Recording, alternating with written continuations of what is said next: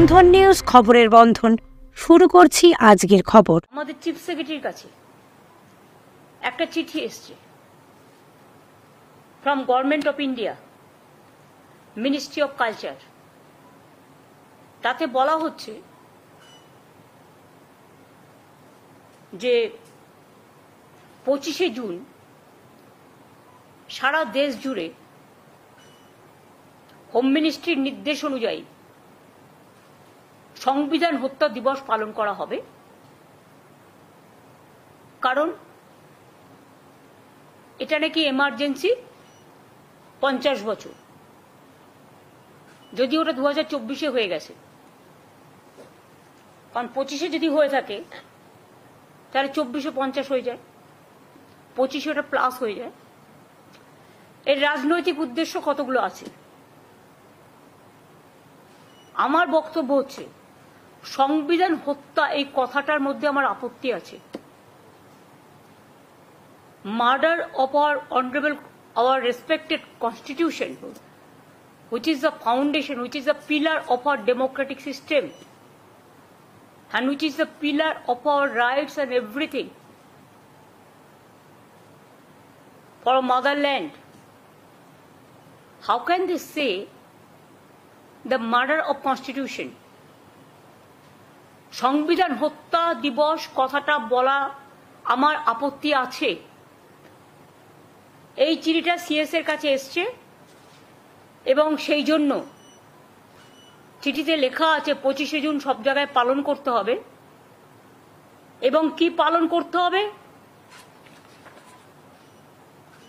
আমরা বলি না, mother of thieves shouts most, চোর কি মায়ে জোরসে বলে।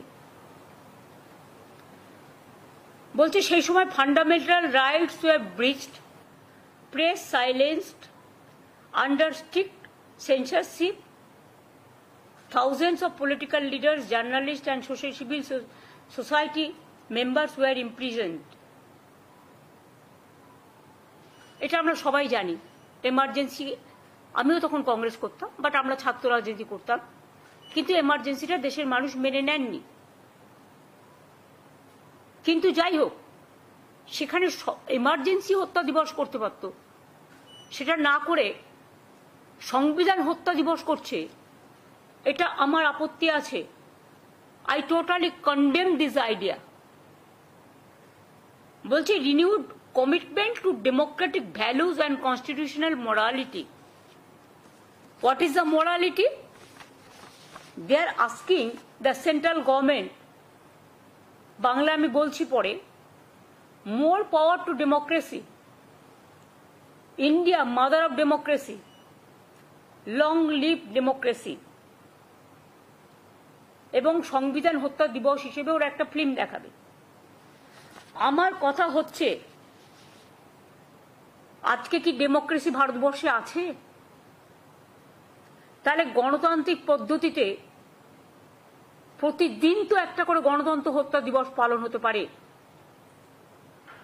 প্রতিদিন তারা গণতন্ত্রকে হত্যা করছে, প্রতিদিন fundamental rights of the people কাটছে। They bulldoze the state economy and all state government the fundamental rights also. If emergency you are saying more power to democracy. Are you giving more power to democracy? আপনারা দিচ্ছেন। আপনাদের ভাষা, আপনাদের কথা, রোজ সংবিধান বদলাচ্ছেন আর নিজেদের পরিকল্পিত নকল একটা ধর্ম মানুষের উপর চাপিয়ে দিয়ে আপনারা আপনাদের নিজেদের एजेंडा, आप लोगों का अपना एजेंडा लोगों का ऊपर आप दे रहा है। और हॉट स्टेट में बंगाल के लिए आप झूठा बात कहते हैं, जुमला सरकार, गंदा बात कहते हैं। हॉट स्टेट का डेमोक्रेसी आप तोड़ दिया। आप पार्लियामेंट, जो इंडियन पार्लियामेंट में जिसमें हमारा कॉन्स्टिट्यूशन पास हुआ था, वो पार्लियामेंट भी आप छीन लिया, नया बनाया आपका मुताबिक, नतून बानिয়েছেন। মনে হয়নি ওটা হেরিটেজ ছিল, ওটা ভাঙা উচিত নয়। মোর পাওয়ার টু ডেমোক্রেসি। মহারাষ্ট্রে government ভেঙেছিলেন You toppled the government of Maharashtra. What was the strategy? How you toppled the government of Bihar? How you toppled the government of Madhya Pradesh? How you toppled the government of Jharkhand? Even how you went to even court also, asking 355 or 356 for Bengal also for president rule, emergency. You should be ashamed yourself. It won't shoot you. More power of democracy. Do you think that media is now neutral? আপনারা কি বলছেন মিডিয়াকে হত্যা করা হয়েছিল? আমি আপনার সাথে ডিসএগ্রি করছি না, কোথাও কোথাও নিশ্চয়ই বাড়াবাড়ি হয়েছিল, কিন্তু আজকে কি হচ্ছে? Is there any impartial media in this country? The social network, the YouTube, the digital, the Facebook, who are capturing all this? I must respect few of them. Now they are brave and they are fighting the battle from their own Facebook or from their own YouTube or from their own Twitter, whatever you say. There I respect them. But you are saying about media neutrality. Who are you? Everybody is, हमारा देश में अभी सब कहता है गोदी media हो गया. जो बीजेपी पार्टी ऑफिस से सुबह में आता है इंफॉर्मेशन, डायरेक्शन एंड इंस्ट्रक्शन, उसका मुताबिक आप काम करते हैं. মিডিয়াকে আপনারা কি করেছেন? দেশের তিনটে পিলার গণতন্ত্রের, একটা মিডিয়া, একটা ইলেকশন কমিশন মানে ইলেকশন ডেমোক্রেসি, আর একটা হচ্ছে ন্যায় বিচারের জন্য বিচারালয়. কোনটা আপনারা নিউট্রাল করেছেন? Election commission totally your one sided. The people are running the election commission. Do you want justice from them? Media, it is a godi media now. টোটালটা গদি মিডিয়া হয়ে গেছে. সকালবেলায় বিজেপির একজন চুনোপুটি নেতা,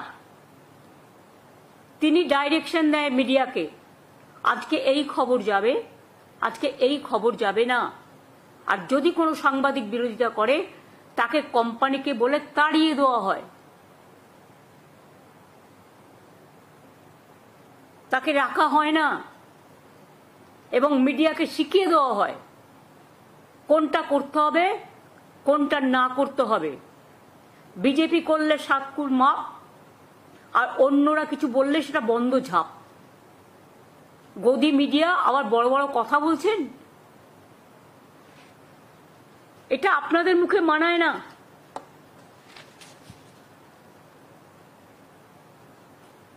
কনস্টিটিউশনাল মোরালিটির কথা বলছেন কারা? যারা কনস্টিটিউশনটাকে একটুও সম্মান দেন না. বাংলাকে নিয়ে তো অনেক কথা বলেন, বাংলায় কিছু হলে 155-160টা টিম পাঠান, আর উত্তরপ্রদেশের দলিতদের ওপর যখন অত্যাচার হয়, গুজরাটে যখন গোদরা হয়, গুজরাটে যখন দাঙ্গা হয়, বা আপনাদের পহেলগাঁওয়ের পরে আপনাদের बीजेपी एमपी जो बात कहता है महिला के लिए, वो टाइम कहाँ आपका कॉन्स्टिट्यूशन का मोरालिटी रहते हैं? आप खुद देखिए असम में क्या चल रहा है, उत्तर प्रदेश में क्या चल रहा है. So this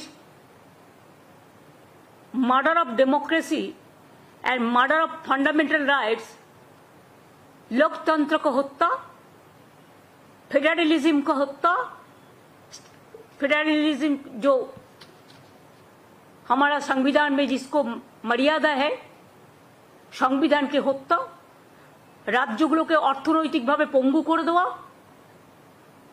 গায়ে জোরে ডিমনিটাইজেশন থেকে শুরু করে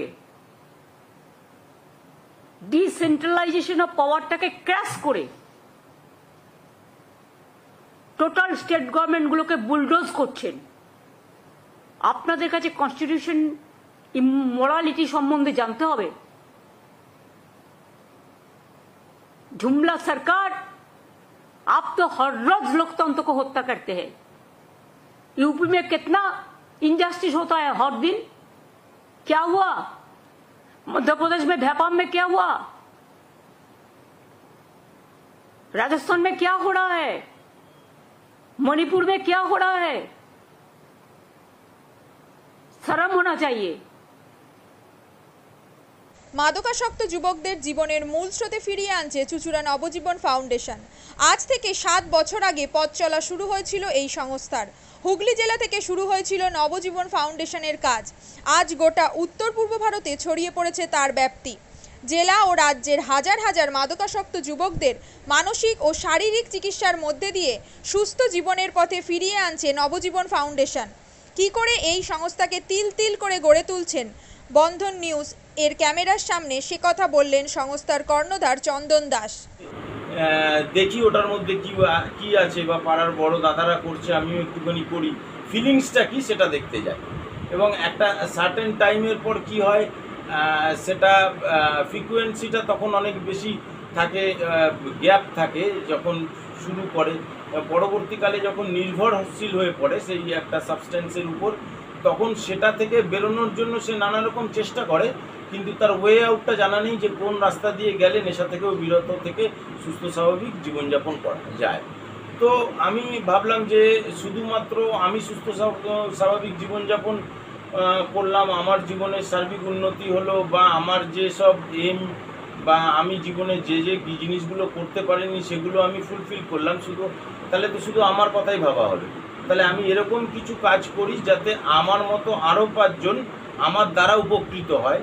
এবং একটা সার্টেন টাইমের পর যখন মানুষ চায় যে ফিরতে, অথচ তার কাছে রাস্তা থাকে না, তখন এই একটা WHO ওয়ার্ল্ড হেলথ অর্গানাইজেশন একটা প্রসিডিওর বার করেছে। হুগলি কোদালিয়া জাতীয় যুব কম্পিউটার সাক্ষরতা মিশন স্কুল পড়ুয়াদের পাশাপাশি তরুণ প্রজন্মের কাজে স্বনির্ভর হওয়ার জন্য বিশ্বমানের কম্পিউটার প্রশিক্ষণ কেন্দ্র। এখানে ক্লাস 3 থেকে ইঞ্জিনিয়ারিংয়ের কম্পিউটার কোর্স পর্যন্ত প্রশিক্ষণ দেওয়া হয়। এই হুগলির কোদালিয়া জাতীয় যুব কম্পিউটার সাক্ষরতা মিশন প্রশিক্ষণ কেন্দ্র থেকে কম্পিউটারের প্রশিক্ষণ নিয়ে দেশে বিদেশে অনেক ছাত্রছাত্রী আজ প্রতিষ্ঠিত। স্বল্প ফিতে ছাত্রছাত্রীদের বিশ্বমানের কম্পিউটার প্রশিক্ষণ দিয়ে এই কেন্দ্র এক বেঞ্জি দৃষ্টান্ত সৃষ্টি করেছে। বন্ধন নিউজে ক্যামেরায় ধরা পড়ল সেই দৃশ্য। নমস্কার, জাতীয় যুব কম্পিউটার সাক্ষরতা মিশন কোদালিয়া আগে জুনিয়র ফ্যাকাল্টি। এখানে ক্লাস 3 থেকে ইঞ্জিনিয়ারিং অবধি সমস্ত রকম কোর্স করানো হয় এবং তার সাথে সাথে প্রফেশনাল কোর্স যেমন C++, Java, power BI, Tally, GST, web development, app development, power BI etcetera সব রকমের কোর্স করানো হয়, কম্পিউটার কোর্স করানো হয়। এখানে ইংলিশ মিডিয়াম এবং বাংলা মিডিয়ামে দুরকম স্টুডেন্টদেরই সব রকম কোর্স করানো হয়।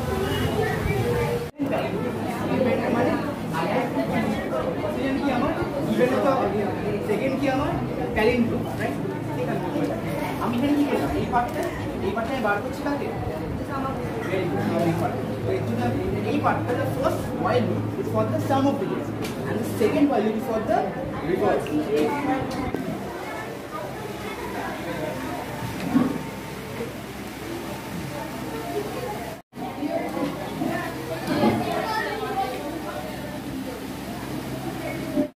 কম খরচে বিশ্বমানের আধুনিক চিকিৎসার হুগলির মিডল্যান্ড নার্সিংহোমে বাংলার বিশিষ্ট চিকিৎসকরা এই নার্সিংহোমে রোগীদের চিকিৎসা করেন। জটিল রোগের চিকিৎসার জন্য রোগীদের আর দক্ষিণ ভারত যাওয়ার দরকার নেই। হুগলির মিডল্যান্ড নার্সিংহোমে পাওয়া যাবে বিশ্বমানের আধুনিক চিকিৎসা পরিষেবা। এখানে প্রসূতি মা ও সদ্যজাত শিশুদের বিশ্বমানের আধুনিক চিকিৎসা পদ্ধতিতে চিকিৎসা করে থাকেন গাইনো ও শিশু চিকিৎসকরা। দুপুর 12টা হোক বা রাত্রির 12টা, রোগীদের জন্য 24 ঘন্টা চিকিৎসা পরিষেবা বজায় রেখেছে হুগলির মিডল্যান্ড নার্সিংহোম। আমি ডক্টর মানস ঘোষ, আমি মিডল্যান্ড নার্সিংহোমের মেডিকেল ডিরেক্টর। বিশেষত্ব বলতে যেটা আপনি বললেন, একটা হচ্ছে NICU, নিউনেটাল কেয়ার ইউনিট। আমি বলতে পারি এটা আমাদের আশেপাশে হুগলি জেলায় নেই। নিউনেটাল মানে হচ্ছে যেটা বাচ্চা জন্মের পরেই প্রথম 28 দিনকে আমরা নিওনেট বলি, প্রথম ফার্স্ট 4 উইকস। তো এই সময়ে বাচ্চাদের সমস্ত রকমের চিকিৎসায় বলুন বা তাদের দেহের গঠন বলুন বা তাদের রোগগুলোই বলুন, সেগুলো সবগুলো অন্যান্য বাচ্চা মানে তার থেকে বড় বাচ্চার থেকে কিন্তু অনেকটাই আলাদা। এবং এই ক্ষেত্রে বাচ্চাদের বাচ্চারা খুব সেন্সিটিভ হয়, বাচ্চাদের রোগ প্রতিরোধ ক্ষমতাও অনেক সময় কম থাকে এবং এগুলোর জন্য স্পেশাল কেয়ার লাগে নিওনেট, এবং তাদের পুরো চিকিৎসা পার্টটা একটা আলাদাভাবে তৈরি হয় প্রথম 28 দিনের জন্য। আমরা এখানে চুঁচুড়া, বিশেষ করে চুঁচুড়া এবং হুগলিবাসীর জন্য এই জিনিসটা আমরা আনতে পেরেছি, যেখানে আমাদের বাচ্চাদের এই নিওনেটদের ক্রিটিক্যাল খুব খারাপভাবে যে নিওনেটগুলো জন্মেছে বা যারা জন্মের পরে যারা হাঁপাচ্ছে বা যারা মেকোনিয়াম খেয়ে ফেলেছেন বা যাদের কোনো জন্মের পরে কোনো রকমের শ্বাসকষ্ট বলুন বা কোনো রকমের অসুবিধে হয়েছে বা জন্ডিস ধরা পড়েছে বা অন্য কোনো কমপ্লিকেশান হয়েছে, সেই ধরনের বাচ্চাদের চিকিৎসা করার জন্য উপযুক্ত ব্যবস্থা আমরা এখানে করতে পেরেছি। তার ভিতরে আমরা বলতে পারি আমাদের এখানে ওয়ার্মার আছে সাফিসিয়েন্ট, আমাদের এখানে 6টা বেডের জন্য ওয়ার্মার আছে এবং আমাদের এখানে phototherapy bilayer double surface phototherapy আছে যাদের কনজেনিটাল বা যাদের জন্ডিস ধরা পড়েছে তাদের জন্য, এবং বাচ্চাদের ভেন্টিলেটার আছে আমাদের একদম নিওনেটদের জন্য। এই ভেন্টিলেটার সাধারণভাবে সব জায়গায় পাবেন না, এবং বাচ্চাদের বাবেল সিপ্যাপ যেটা একটা স্পেশালাইজ মেশিন, বাচ্চাদের যেহেতু ভেন্টিলেটার খুব বেশি লাগে না, কিন্তু বাবেল সিপ্যাপ বলে একটা জিনিস খুব বেশি লাগে তাদের অক্সিজেনের পরিমাণ কমে গেলে, তাদের শ্বাসকষ্ট হলে, সেটাও আমাদের এখানে আছে। এবং আমি কিছুদিন আগে আমাদের একটি বাচ্চা এখানে ভর্তি হয়েছিলেন যার শ্বাসকষ্ট হতে শুরু করেছিল জন্মের 6 ঘন্টা পর থেকে, এবং সুন্দরভাবে তাকে আমরা এখানে চিকিৎসা দিয়েছি। আমাদের এখানে দুজন খুব ইয়ং এনথুজিয়াস্টিক পেডিয়াট্রিশিয়ান আছেন, ডক্টর মৈত্র এবং ডক্টর ঘোষ। তো তারা তাদের দুজনের আন্ডারেই বাচ্চা ভর্তি ছিলেন।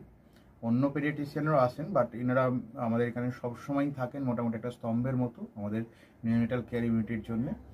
এবং বাচ্চাটি এই মুহূর্তে খুবই ভালো আছে, তাকে আমরা ডিসচার্জ করেছি। এটা কি প্রিম্যাচিওর বেবিদের ক্ষেত্রে এটা বেশি প্রয়োজন হয়? ভীষণভাবে প্রিম্যাচিওর বেবি যারা একটু আগে জন্মেছেন বা যাদের ওয়েট কম হয়েছে, এবং অনেক সময় মায়ের বা ওয়েট অনেক সময় বেশি ওয়েট হলেও যে সেটা ভালো সেরকম নাও হতে পারে, যেমন ডায়াবেটিসের ক্ষেত্রে হতে পারে। তো অনেক সময় বাচ্চাদের বারবার জন্মানোর পর সুগার ফল করছে, এটাও আমরা দেখি। অনেকগুলো কারণেই যেগুলো জন্মের পরেই যে সমস্ত সমস্যাগুলো হয় সেগুলোর জন্য এরকম স্পেশালাইজড ইউনিট দরকার হয়, নিওনেটাল কেয়ার ইউনিট, এবং সেটা আমরা এখানে করতে পেরেছি। প্রথম কথা হচ্ছে জীবনের দাম সব থেকে বেশি, ঠিক আছে, এবং যে মা 10 মাস তার বাচ্চাটাকে গর্ভে ধারণ করেছেন তার জন্য সারা পৃথিবীর সব থেকে মূল্যবান জিনিস বা সেই বাবাটির জন্য কিন্তু সেই শিশুটি। রিগার্ডিং কস্ট যদি বলেন, আমরা এমনিতে একটা মফস্বল এলাকাতে থাকি এবং আমাদের পুরো নার্সিংহোমটাই মফস্বল এলাকাতে। আমরা সেটার কথা মাথায় রেখেই আমাদের যে সমস্ত কস্টগুলো রেখেছি। এবং এই যেটা বললাম কয়েকদিন আগেই আমাদের একটি বাচ্চা যাকে হঠাৎ করে শিফট করতে হয়েছিল নিকুতে, সেই চিকিৎসা পেয়ে গেল। তার বাবা মা দুজনেই খুব স্যাটিসফাইড। আমাদের যে ফেসবুক পেজ আছে, সেখানে আপনারা তাদের কথা শুনলে বুঝতে পারবেন। এবং কস্ট যথেষ্ট রিজনেবল। আমি একেবারে কম বেশি এরকম বলবো না, আমি বলবো রিজনেবল। আমাদের মফস্বলের জন্য যেটা হওয়া উচিত সেই রকমই করা আছে।